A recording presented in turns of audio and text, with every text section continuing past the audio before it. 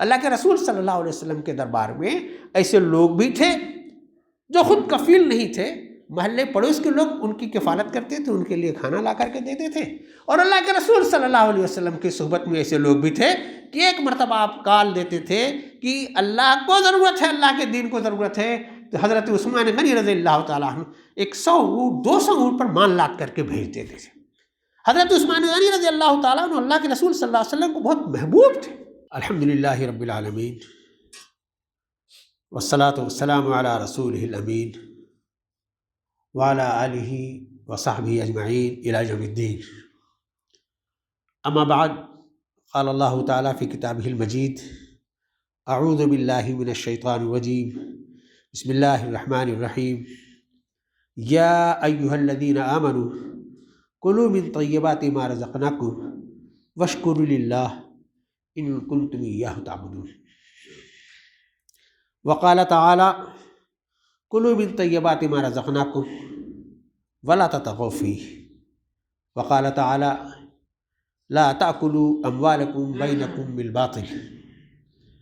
وقال رسول اللہ صلی اللہ علیہ وسلم: اطیب الکسب عمل الرجل بیدہ۔ وقال رسول اللہ صلی اللہ علیہ وسلم: طلب الحلال جہاد۔ برادران اسلام، اسلامی تعلیمات میں ایک بہت بڑا چیپٹر ہے روزی کمانا۔ اپنی زندگی کو گزارنے کے لیے، ٹھیک ٹھاک گزارنے کے لیے، خوشگوار بنانے کے لیے کمانا، محنت کرنا، بہت بڑا چیپٹر ہے۔ اتنا بڑا کہ قرآن مجید کی آیات کو کوئی جمع کرنا چاہے، تمام احادیث کی اس موضوع پر جمع کرنا چاہے، بڑا مشکل ہے، سب کا استقصاء نہیں ہو سکتا۔ پھر یہ روزی کمانا ایک چیز، کیسے کمائیں، کہاں خرچ کریں،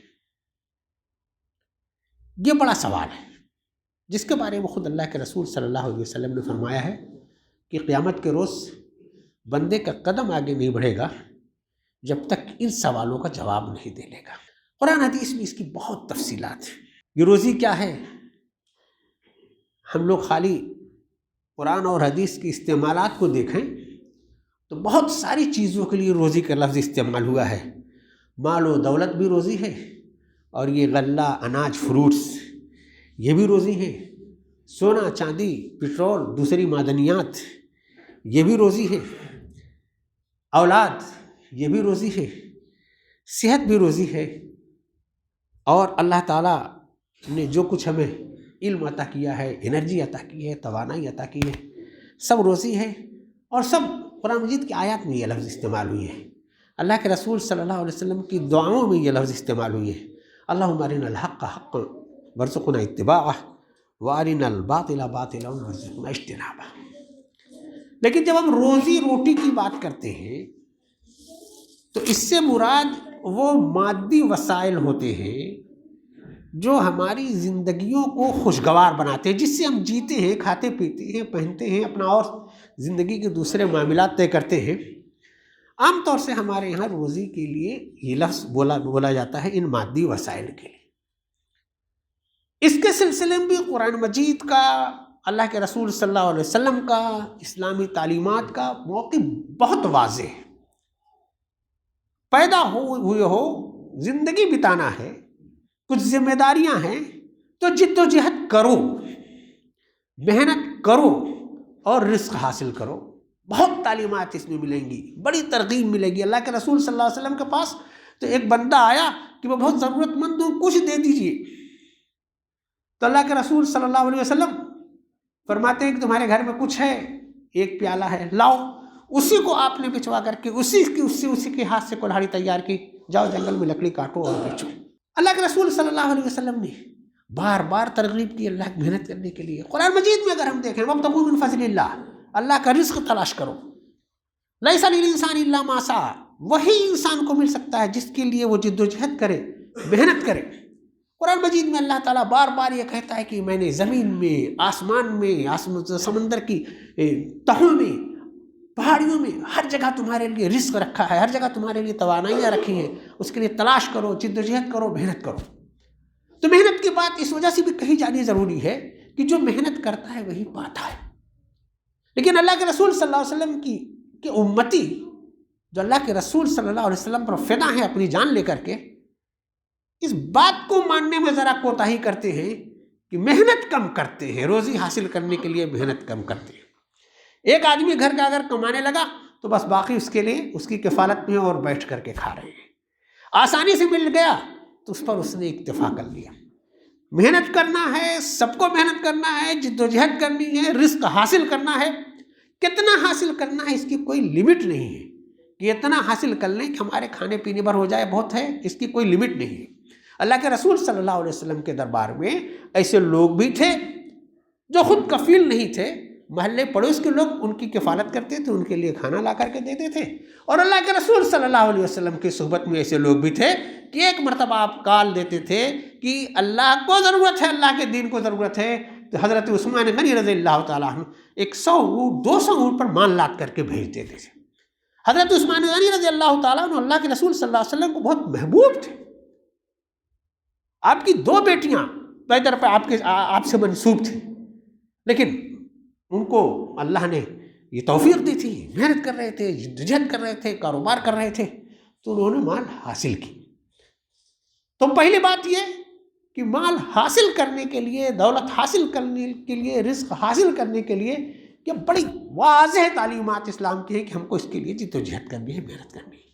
جو آدمی جتنی محنت کر رہا ہے، یہ مسابقت کا زمانہ ہے، اس سے زیادہ ہم کو محنت کرنی ہے۔ دوسرا سوال جو اس سے بڑا ہے، اس سے اہم ہے، جس پر اور بہت فوکس ہے اسلامی تعلیمات کا، وہ مسئلہ ہوتا ہے حرام اور حلال کا۔ یہ نہیں کہ رزق آئے تو جہاں سے آئے، جیسے آئے، جتنا آئے سب ہمارا ہے، ایسا نہیں۔ یہ بات ہمارے ہندوستانی پس منظر میں اور اچھی طرح سے ہم کو سمجھنے کی ضرورت ہے کہ ہم لوگ جس تعداد میں ہیں، ہماری 4 گنا 5 گنا ایک بڑی تعداد یہاں اس دین کو مانتی ہے جس کی یہاں حرام اور حلال کا یہ تصور نہیں ہے۔ تو ہمارے یہاں لین دین کے، کاروبار کے تمام معاملات میں جو طریقے رائج ہیں، ان میں بہت سے حرام طریقے ہیں، بہت سے حلال طریقے ہیں لین دین کی۔ موٹی موٹی جو چیزیں ہم لوگ فہرست اگر انگلیوں پر بناتے ہیں، چوری ہے، ڈکیتی ہے، رشوت ہے، سود ہے، غصب ہے، خیانت ہے، ناپ تول میں کمی ہے، دھوکہ دہی ہے، ذخیرہ اندوزی ہے، وراثت میں ماں، بہن، باپ، پھوپھی ان کا حصہ ہڑپ کرنا ہے، حرام کاروبار ہے۔ یہ سب چیزیں وہ ہیں جن کی اسلامی تعلیمات میں الگ الگ تفصیلات بیان کی گئی ہیں۔ کچھ چیزیں سب لوگ جانتے ہیں کہ بری ہے، کہ چوری کرنا اور ڈکیتی ڈالنا، یہ کرنا برا ہے، تمام لوگوں کے یہاں برا ہے۔ لیکن سود کھانا، رشوت لینا دینا، ناپ تول میں کمی کرنا، سب سماج میں یکساں رائج ہے۔ جو اللہ پر یقین رکھتا ہے وہ بھی، جو اللہ پر یقین نہیں رکھتا ہے وہ بھی۔ یہ سب باتیں وہ ہیں جن پر قومیں ہلاک ہوئی ہیں۔ ناپ تول میں کمی کرنا، خیانت کرنا، دھوکہ دینا، قومیں برباد ہوئی ہیں اس کے لیے۔ یہ بھی ہمارے یہاں رائج ہے۔ وراثت، اللہ نے حقوق متعین کیے ہیں کہ کس کا کیا حق ہے، بہت صراحت سے اس کے الفاظ آئے ہیں۔ ہر آدمی اپنے گریبان میں جھانک سکتا ہے، اس کے پاس جو کچھ پہنچا ہے سب اس کا حق بنتا تھا یا اس میں کسی اور کا آ گیا ہے، بہن کا آ گیا ہے، پھوپھی کا آ گیا ہے، کسی اور کا آ گیا ہے۔ کاروبار دنیا بھر میں بہت سارے رائج ہیں، آدمی پریشان ہے، اس کو رزق چاہیے، تو مسلمانوں کو اس بات کی اجازت نہیں ہے کہ حرام کاروبار میں بھی وہ ہاتھ ڈال دے، حرام کاروبار میں بھی وہ پیسہ لگا دے، حرام کاروبار بھی وہ کرنے لگے۔ یہ سب باتیں وہ ہیں جو ہمیں کو سمجھنے کی ہے۔ یہ حرام اور حلال کا جو تصور ہے وہ ہمارے دین میں ہے۔ اللہ کے رسول صلی اللہ علیہ وسلم نے کیسے کیسے سمجھایا ہے۔ حرام کھانا پیٹ میں انگارے بھرنا ہے۔ اللہ کے رسول صلی اللہ علیہ وسلم نے فرمایا کہ جو گوشت حرام غذا سے پلے گا اسے جنت نصیب نہیں ہوگی۔ اللہ کے رسول صلی اللہ علیہ وسلم نے بہت مثال دے کر کے سمجھایا کہ ایک آدمی ہے، دین میں مست ہے، پراگندہ بال ہے، اسے اور کچھ خیال نہیں، یا رب کہ وہ صدا لگا رہا ہے، لیکن اس کے پیٹ میں جو غذا جا رہی ہے وہ حلال نہیں ہے، تو رب اس کی نہیں سنے گا میرے بھائی کو۔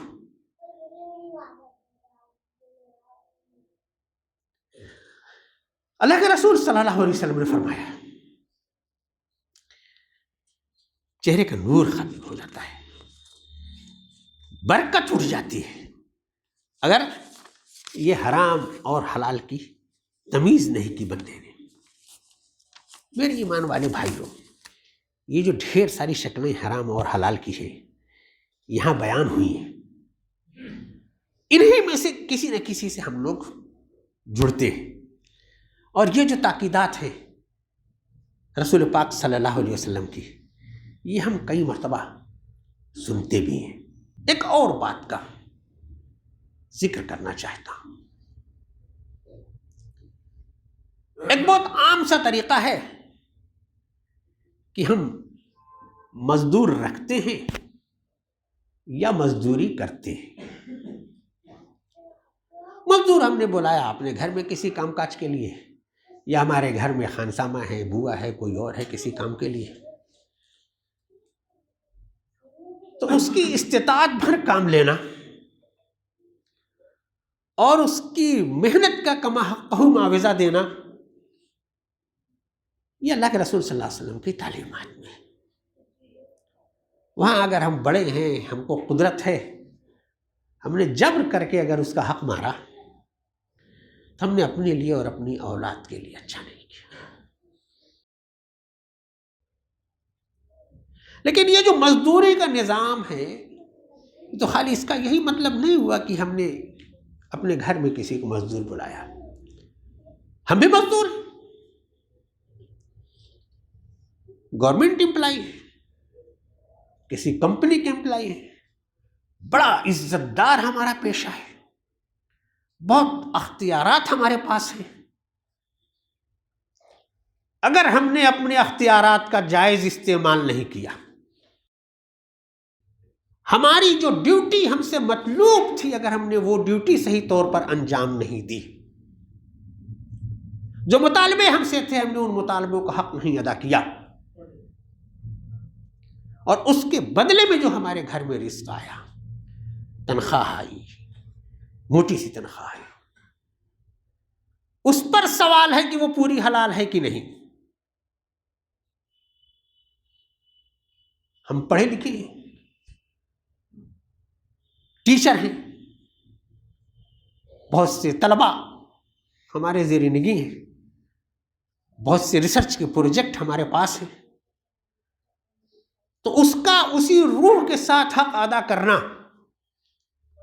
یہ مطلوب ہے۔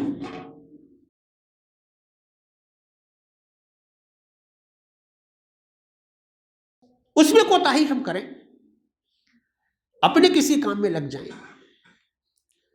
یہاں تک کہ دین کے کام میں لگ جائیں، دین کے کام کو ہو سکتا ہے اللہ تعالیٰ آپ کو اجر دے دے، لیکن ڈیوٹی چھوڑ کر فریضے میں کوتاہی کر کے، یہ جو روح ہے اسلامی تعلیمات کی، اس سے تو رزق حلال نہیں ہو رہا اس کے مطابق۔ اس لیے میرے بھائیوں، ہم کو روزی حاصل کرنے پر اور حلال روزی حاصل کرنے پر بہت توجہ کرنی چاہیے۔ جو حاصل کریں وہ حلال ہو۔ ہم لوگوں کے ہاں کچھ باتوں کا خیال رکھا جاتا ہے، کچھ باتوں کا خیال نہیں رکھا جاتا۔ بوٹی ہماری حلال ہو، ذبیحہ بسم اللہ پڑھ کر کے وہ کیا گیا ہو، مسلمان کے ہاتھ کا ہو، اس پر ہماری توجہ ہوتی ہے۔ روٹی بھی ہماری حلال ہو، حلال کمائی سے آئی ہو، محنت کی کمائی سے آئی ہو۔ اس غذا میں قوت پرواز ہو۔ ڈاکٹر لوگ بتاتے ہیں نا کہ اچھی غذا کھاؤ، وٹامنس ہوں، پروٹینس ہوں، منرلس ہوں، خوب باتیں بتائی جاتی ہیں۔ قرآن مجید یہ کہتا ہے کہ وہ طیب ہونا چاہیے، پاکیزہ ہونا چاہیے، حلال ہونا چاہیے۔ وہی غذائیت کی زندگیوں میں خوشگواریاں لائیں گی۔ ایک مرتبہ میرے بھائیوں ہم لوگوں کو پلٹ کر اپنی جو حالت ہے، قوم کی فسردگی ہے، مایوسی ہے، عبادات کرتے ہیں اس میں لذت نہیں ہے، ہر طرف تانے ہیں، تشنیع ہے، معاشرہ بے وقار ہے، پلٹ کر سوچنا چاہیے نا کہ کیوں ہے۔ مساجد تو ہیں، اذانیں ہو رہی ہیں، نمازیں پڑھی جا رہی ہیں، روزہ رکھا جا رہا ہے، باقی نظام رائج ہے، کیا کمی ہے؟ اس پر غور کرنے کی ضرورت ہے کہ جو کھایا جا رہا ہے وہ حلال کھایا جا رہا ہے کہ نہیں، جو رزق ہمارے گھروں میں آ رہا ہے وہ حلال ہے یا نہیں۔ اس لیے کہ بہت تاکید ہے ہمارے دین میں اس بات کے لیے۔ اللہ تعالیٰ نے تو قرآن مجید میں یہ کہا نا کہ حلال طیب کھاؤ، اور وَلَا تَتَّبِعُوا خُطُوَاتِ الشَّيْطَانِ، شیطان کے نقش قدم پر مت چلنا، وہ بہکائے گا تم کو، حرام رزق بھی تمہارے گھر میں لائے گا۔ دوسری جگہ فرمایا حلال رزق جو تم کو مل رہا ہے کھاؤ، وَاشْكُرُوا لَهُ، جو تمہیں یہ رزق دے رہا ہے اس کا شکریہ ادا کرو۔ رزق کے بارے میں میرے بھائیوں ایک بات ہم لوگوں کو اور یاد رکھنی چاہیے کہ تمام قرآن مجید کی آیات میں جہاں کہیں رزق کا ذکر آیا ہے، اللہ تعالیٰ نے بہت واضح لفظوں میں یہ فرمایا ہے کہ یہ ہم نے تم کو دیا ہے تو تمہارے پاس پہنچا ہے، مما رزقناکم۔ زیادہ محنت سے، زیادہ اچھے خاندان میں پیدا ہو جانے سے، زیادہ اونچی ڈگری ہونے کی وجہ سے، زیادہ بڑے منصب پر ہونے کی وجہ سے زیادہ رزق آتا ہے، یہ ضروری نہیں۔ بہت تعلیم یافتہ بڑی ڈگری والے لوگ آپ یہ دیکھتے ہوں گے کہ پریشان حال ہوتے ہیں۔ تو اللہ تعالیٰ نے یہ کہا ہے کہ یہ تو میرے ہاتھ میں ہے، رزق کا فلسفہ مجھے معلوم ہے کہ کسے کتنا دینا ہے، جس کو جو پہنچ رہا ہے اس پر اسے اللہ کا شکر گزار ہونا ہے، اللہ کی نعمت کا اکرام کرنا ہے، اللہ کے قانون کو ماننا ہے، اس کے سامنے سرنگو ہونا ہے۔ اگر اس کے پاس کم پہنچ رہا ہے تو بھی اسی سے اس فضل کو مانگنا ہے اور اسی سے اس کو امید لگانی ہے۔ تو میرے بھائیوں، یہ بہت ایک عام تعلیم ہے قرآن مجید کی، ہمارے دین کی، جس کے لیے مناسب معلوم ہوا کہ اس پر بھی ہم لوگ توجہ کریں، کھائیں، اچھی روزی کھائیں، پروٹین والی کھائیں، مگر وہ جو ہماری قوت پرواز کو بڑھائے۔ اے طائر لاہوتی، اس رزق سے موت اچھی جس رزق سے آتی ہے پرواز میں کوتاہی۔ تو اصلی بات یہ ہے کہ ہماری پرواز بہت پست ہے، بہت کوتاہی ہے۔ یہ جو پسماندگی جو ہے وہ شاید اس وجہ سے ہے کہ اس کی تمیز نہیں ہو پا رہی ہے۔ اللہم ارنا الحق حقا وارزقنا اتباعہ وارنا الباطل باطلا وارزقنا اجتنابہ۔ اللہ تعالیٰ ہمیں حلال رزق حاصل کرنے کی توفیق عطا فرمائے، اللہ تعالیٰ ہمیں حرام اور حلال کی تمیز عطا فرمائے، اللہ تعالیٰ ہمیں اس راہ میں جد و جہد کرنے کی توفیق عطا فرمائے، اللہ تعالیٰ ہمیں ہماری حلق کے نیچے، ہمارے گھروں میں، ہمارے معاشرے میں ہمیں صرف حلال رزق حاصل کرنے کی، حلال رزق کمانے کی توفیق عطا فرمائے۔ بارک اللہ لنا ولکم فی القرآن العظیم ونفعنا وإیاکم بالآیات والذکر۔